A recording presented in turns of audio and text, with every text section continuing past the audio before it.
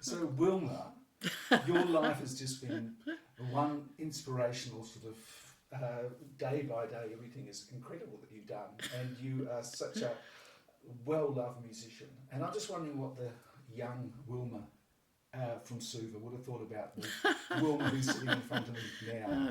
Probably wouldn't have known what to make of it. So tell us about your early days. Well, very little memory of my early days. I left Suva when I was 4 3/4. Right. And I spent some of the time over there living with my grandparents in Levuka, a small island off that coast. And I remember little round ice cubes. You know, you can still get them. tiny little ones like marbles. So, you know, funny the things you do remember. Yes. So what brought your family to Auckland? I think my mum was always looking for the next opportunity and, you know, very sort of forward thinking. And also my father's health wasn't that great. So he'd had a kidney replaced and he'd had some issues while they were on holiday over here with the other one. So the two things came together. Her desire to kind of, you know, go seek more further opportunity and his medical advice that possibly that tropical climate wasn't great for its health. Right. So apart from the ice cubes, you don't remember much else. You know, it's hard to know what's a memory and what you've seen in old pictures, you know, because I loved old family albums and I looked at them a lot. So, you know, these days I would never a clue, you know, what's a memory and what. So when does the memory kick in Auckland? Was it Epsom Girls or do you remember something before then? I do remember quite a bit before then, yes. Two great primary schools, Mangawhau and Edendale. And it was at Mangawhau Primary where I was introduced to the violin by the wonderful Mr. Wilson. I wish he were still alive to thank him, but I thank him at every opportunity these days. Yes. How much did Mr. Wilson know you achieved? I mean, I don't know. I never saw him, and I really regret that I didn't seek him out. Yes. When he was still alive. I heard a long time ago that he had died, and I thought, damn, you know, missed opportunity. So when you took to the violin, was it sort of love instantly? Look, I don't know. I don't think so, but I think it was just something I enjoyed right away. I started in a class of 10, and my first teacher was Helen Hopkins. The great thing about Mr. Wilson was not only did he get every child in the school, my primary school, learning an instrument, but he got us the best teachers in town. Yes. Helen Hopkins was then concertmaster of the orchestra in Auckland, and she was, you know, she took us for this class of 10, and we had a great time.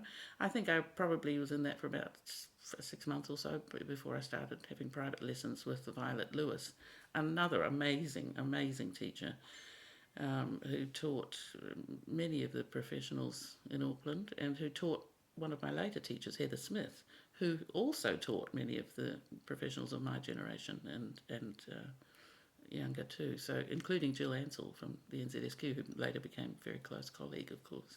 Yes. So and you were a high achiever at school as well, I expect. Oh, I wouldn't go that far. Really? I kind of was for a while, and for something happened in the sixth form that kind of, I don't know why, but I sort of lost interest in the academics a little bit. I was still in the kind, you know, I think you probably started playing the Tchaikovsky violin. Not quite, no. No, look, we were heavily streamed back in those days, and I was surrounded by all these high-achieving girls at Epsom Girls Grammar in my class. But somehow, my interest in academia drifted a bit. I scraped through with UE accredited. It didn't do all the glamorous bursary and scholarships and, that all my friends were doing. And kind of fell into music by default, in a way. I thought, okay, the landscape's changed a bit. Maybe I'll give music a shot. So while I absolutely loved playing in orchestras and, playing music in general, I didn't really discover the will that it takes to practice hard and improve and all that until way later. Right. Pretty much, university and beyond, and when I went to America. So did you do a music degree in Auckland, or did you go straight down to Wellington to join the scholars? No, I didn't. I never did that route. I did go to university in Auckland. Did not finish a degree, but started one. Right. And then went... Did the New Zealand Symphony Orchestra know that you didn't finish the degree when they appointed you as leader? Luckily, they didn't ask. Oh, that's okay, because you wouldn't have got the job.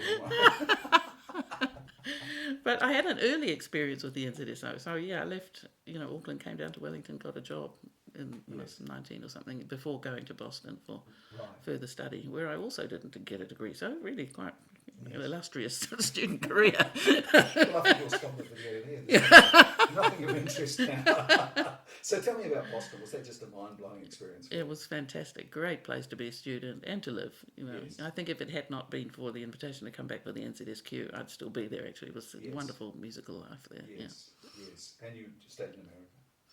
Yeah, probably. So back for the New Zealand String Quartet. Yeah, And was that a golden time for you? Yes, it was. I loved it. Great. I mean, I was only in the quartet for 5 years before moving over to the NZSO, but the quartet's been going so long now that feels like just being a dilettante compared to everything that's happened since in the life of the NZSQ. But yeah, it was great fun. And then the New Zealand Symphony Orchestra. Yeah. Were you the leader straight away when you joined? Or associate leader? When I went back to it, yes. I went from being, the last desk of the second violins, no rotation in those days either. So my stand partner was with the piccolo and the saxophone and bass clarinet, and then the big gap in America, and 5 years with the NZSQ, and then 15 or whatever years later, the concertmaster job came up. Yes, and was that? Did you feel that you had the job for life then, or? I certainly wasn't looking to leave it, put it that way. I'm very happy. I loved the orchestra and the job. I saw the video that was shot around about that time with you arriving with your baby, I think, to feed you. Yeah, well, hard to believe those years, actually. Donald Armstrong and I were stand partners and still really close friends. Yes. Had our kids around the same time. And, we would joke about, nudging each other in the afternoon rehearsals. How did you sleep? So too many highlights really to mention, but was there a conductor who stood out as just lifting you to a new state of heavenly bliss? Well, I'd have to go back to the tour that we were on, the 1975. Yes, the world tour. The world tour of the National Youth Orchestra. And I'd have to say, playing in that giant orchestra on the stage of the Royal Albert Hall with Claudio Abbado is still a lifetime highlight. And that, the feeling of playing, particularly Strauss' Death and Transfiguration, which has always had a special place in my heart since then, yes. With him, tears rolling down his face at the end of that performance, that showed me the power of music. And I thought, oh my God, yeah, I've got to do this. Absolutely. So, amazing those early experiences can be so powerful and so formative. And tell me, what are the special qualities that you bring to leadership? Because you're so well loved and so respected on both sides of the Tasman. Well, I mean, I wouldn't say universally, but I like to think that I had a nice relationship with most of my colleagues. Well, I've never met anyone who doesn't just worship you. Really, so that's very kind, Mark. Look, I think it's a lot of. I don't think it's a conscious thing. It's just exactly. It's not conscious, and I think it helps to love what you're doing. I mean, I really loved being a concertmaster. It was a wonderful job, and being that close to the musical greatness so often and so regularly in the form of conductors and soloists. I know, it's a musician's sort of hobby to slag off conductors and all that, but really, the really good ones, amazing, and the soloists, incredible to be sitting a metre away from that kind of, inspirational greatness, and loved it. I loved it. And working, just the day-to-day nuts and bolts and, what makes an orchestra tick. I was fascinated by the whole thing. Isn't that great? Loved my colleagues, especially the NZSO. I mean, the NZSO, even though I was only concertmaster there 9 years and 12 in Melbourne, still has that special place as, my home orchestra, and, still feel and do you very still fondly. Play with them sometimes? Or occasionally, love to when they ask. Well, that's what I can do for you. So Wilma, how did you end up in Australia, for goodness sake? Oh, well, kind of by accident again. I suppose, the NZSO did a huge Mahler 8 production with Marcus Stantz conducting, and he was then the music director of the MSO. This was, I don't remember the year, but I was still concertmaster in the NZSO.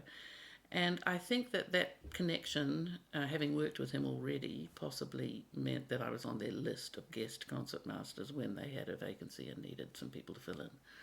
So I went over for a couple of years, a week or two at a time, and just played now and then.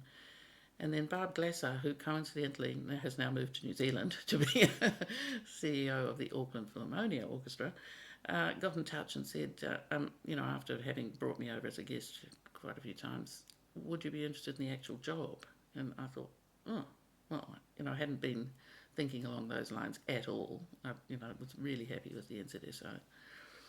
My partner Peter was quite keen on the idea because he was in the IT business, really looking to be in a bigger market. So he was very persuasive. I thought about it long and hard for quite a while, actually, probably 2 or 3 months. then sort of said, yeah, I wouldn't mind. Let's give it a go. And it was a very attractive position. It was one of two, although they weren't always both filled, certainly not in my tenure. But basically it was a 20-week contract. That was very attractive because the NZSO in those days was a very hard-working touring orchestra. So, look, to cut a long story short, we, bit the bullet. Off we went, and I haven't had any regrets, or not many. Yes. And I still managed to come back often enough to not miss NZ too much, and I still come back to play and visit family and friends a lot. Yes, you seem to be in New Zealand.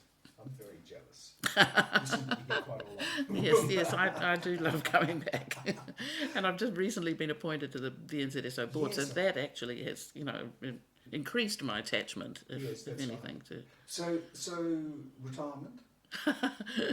Retirement. Well, I say that I retired from the MSO, but that was 8 years ago now, and still as busy as ever, maybe possibly more. As a freelancer, you know something about this. You do get involved in a zillion different things, and suddenly, many different directions. Yes. So was it a big decision to retire from the MSO, or no? And it was natural. It wasn't all mine. I think the time was right. The orchestra was ready for some new blood, and I could see that, and I thought, okay, yes. And 12 years was a good stint with them. I think it was about the right time, and I loved seeing you. I think the MSO went to London for the Proms. Yes, that was my last tour actually. Yes. In 2014. So that was wonderful. Special, that sort of symmetry of the Aotearoa. Absolutely. 39 years later, that was the second time I set foot on that stage. Yeah. So I'm trying to work out 39 years.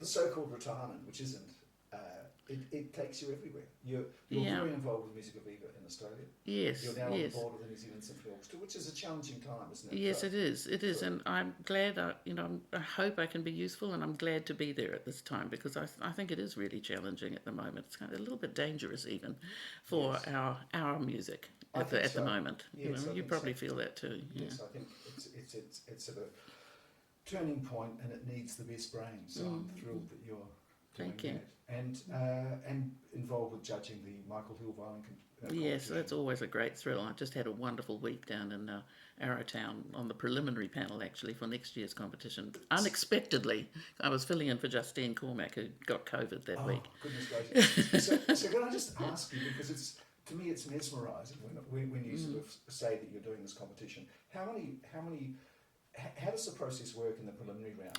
It's fascinating. How many violinists do you actually have to listen to? We had a record number this year of 160, possibly due to missing out one because of COVID. Yes.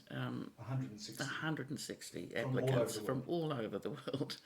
Yes. They send videos of 5 pieces, and we have to get through that. We took 4.5 days to get through that. It's not much time to listen to that many people play. The first round, we basically did it in 3 rounds. So the first round is very quick snapshots of 2 of the pieces, Bach and Paganini. So after that, I can't remember exactly what the numbers were, but we maybe got it down to 50% of the intake for the second round, which was then Mozart Concerto and Romantic Sonata. again, just snapshots, no time to listen to all of everything, of course. And then maybe got that down, but another 50%. The third round was then, what was it? Their Own Choice, I think, yes. A piece that they, had to present, anything at all. So after those 3 rounds of listening, miraculously, somehow, 160 is whittled down to 16 competitors. Kind of hard to imagine at the beginning that is even possible, because the playing is unimaginably of a high standard. Yes. Such a high standard.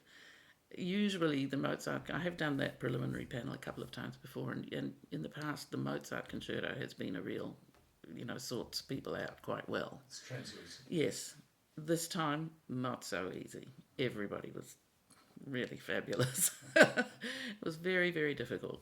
So it's going to be a great competition. It means that, it'll be interesting. I'm actually on the panel, on the jury next year. So not having done those 2 processes for the same competition before will be interesting to see, who shines, who doesn't, Yes. who, right, That's right. And finally, because I want you to have your breakfast, but Wilma, it's a very early morning interview. Wilma, plans for the future? Does your life just take care of itself? Or Well, that's a really good question, and a really good, second bit of it. I have always felt that life just sort of happens. I haven't made a lot of I haven't done a lot of planning, and I know there are people. Michael Hill's one of them actually, who really believes in setting goals, and talks about it very eloquently, and did it himself in his own life, at least from the age of 40 when his life changed. And I haven't done that. I have, and I feel like it's worked really well not to. I've enjoyed the way life has kind of fallen into place, or who knows what might have happened if another door had opened, or made a different choice. But I've had an amazing life in music. I couldn't have asked for more. It sounds as though you don't really need to do any planning. Well, I don't think anybody does in a way. Although I'm not disparaging the idea of setting goals. I think it is, I admire people who do that actually, and have the ambition to go after them and achieve them. However, I think this other path has suited my temperament and is just the way I am, basically. As when you were asking at the beginning, was it love at first sight? Well, I don't remember, but I don't think so. And I sort of was a late bloomer as far as developing any kind of work ethic went. And so all of that kind of happened. It just sort of happened. Somehow the loss of interest in academia, so that path wasn't open to me anymore. As all of my close friends from school have just done brilliant things in all sorts of amazing fields. And so, falling into music, I'm so glad that happened. I don't know if I may not have made that choice, but it made it, life made it for me, kind of thing. Thank goodness. And everything since, the NZSO, the quartet, these things just sort of came across my path, walked along, like a cat across the road sort of thing, and I thought, that looks good. It's interesting, Wilma. One of my favourite work colleagues of all time was Margaret Crawford, the Australian flautist, and she said, you don't choose jobs choose you. And I think interesting. That's really the case with you, your natural leadership. Yes, it's really true, and it made me even more clear to me just recently, a couple of years ago or 3 or whatever it was. I got a phone call from one of my colleagues in Melbourne saying, "Would you like to join the Flinders Quartet?" And I laughed at her and I said, "What? Do you know how old I am?" Anyway, that's what I'm doing now. I'm going sort of like coming full circle. I'm playing second violin. If when I was playing first violin in Boston in the Lydian Quartet and then in the NZSQ, always in the back of my mind, I loved it. I loved playing first violin and I loved those quartet experiences. But I always kind of thought, oh God, second violin, wouldn't it be great? One day I'd love it if some established quartet rang me up and said, "Would you like to be second violin?" And blow me down if it didn't happen. Actually, they didn't say, "Would you like to be second violin?" I said, "Can I be second violin, please?" And that's what I'm doing now. That's my main playing gig at the moment, sort of Yes. a half-time job. Unbelievable how Yes. these And things just happen. one final thing. Can you tell me about your violin? Oh, my beautiful violin! I'm so glad you asked, because honestly, I've played that thing now since 1985. A long time. How many years is that? More, a lot anyway. More than 3. Yes, exactly. And the beautiful, beautiful Eric Lawson, who was for many years Vince Aspie's stand partner in the NZSO. They had a wonderful long-term partnership on the front desk. Sold me that violin for a pittance, for a fraction of its value in 1985. Through a chance meeting, we were introduced by Colin Smith, who was a dealer in bows and violins in Auckland at the time. I met Eric. He'd long since retired, probably when he was about, 80-ish, living in Auckland, a very modest life, and, just a beautiful man. He played every day of his life, and from his elder years when I knew him, he had to play for 2 hours a day, he said, because otherwise he'd forget the music, and he couldn't see very well anymore to read it, so he wanted to remember all the repertoire that he knew. Every day of his life, until possibly maybe a couple of weeks before he died. He had another modern violin that he played as well. So, 6 months after I met him and I played on his beautiful Guadagnini, he got in touch with my mum and said, would Wilma like to buy this violin? And I was living in Boston at the time. My mum didn't know what, the value of a Guadagnini or what it was really.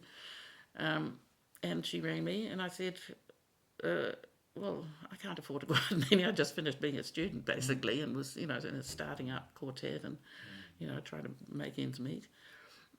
Eric, of course, knew that and sold it to me for a price that I could afford. I went to the bank, got a loan, and managed to, when I knew I was coming back to New Zealand, which he didn't know at the time either, because, he was ready to let that thing go to the other side of the world and never see it again. Something, I'm not surprised. Oh, what a generous, wonderful man. Where had he got the violin from? He inherited it from his father, who died when Eric was, I think, in his teens still. His father was John Lawson, a very well-known violinist in Manchester at the time, and Eric, when he gave me the violin, he also gave me the press cuttings and things about his dad from when John had bought the violin in London from Beer in very reputable firm in 1919. Yes. I've got the original bill of sale for £400. Yes. Hard to imagine, but that was a lot of money back then. So That's actually, it was money. yeah. Yes. And what year was it actually made? Made in 1761, and I've got documentation or correspondence about the year too, because they weren't sure at first whether it was a 4 or a 1 on the label. Yes, well, it makes such a difference. Anyway, I played it with, just amazing love and gratitude to Eric all these years, because it's an incredible instrument, and it is, I feel like it is my voice, after all this time. Yes. Can't imagine playing anything else. Yeah. Oh, well, I'm so glad. Wilma, look, thank you for being so generous with your time. Thank you, Mark. Lovely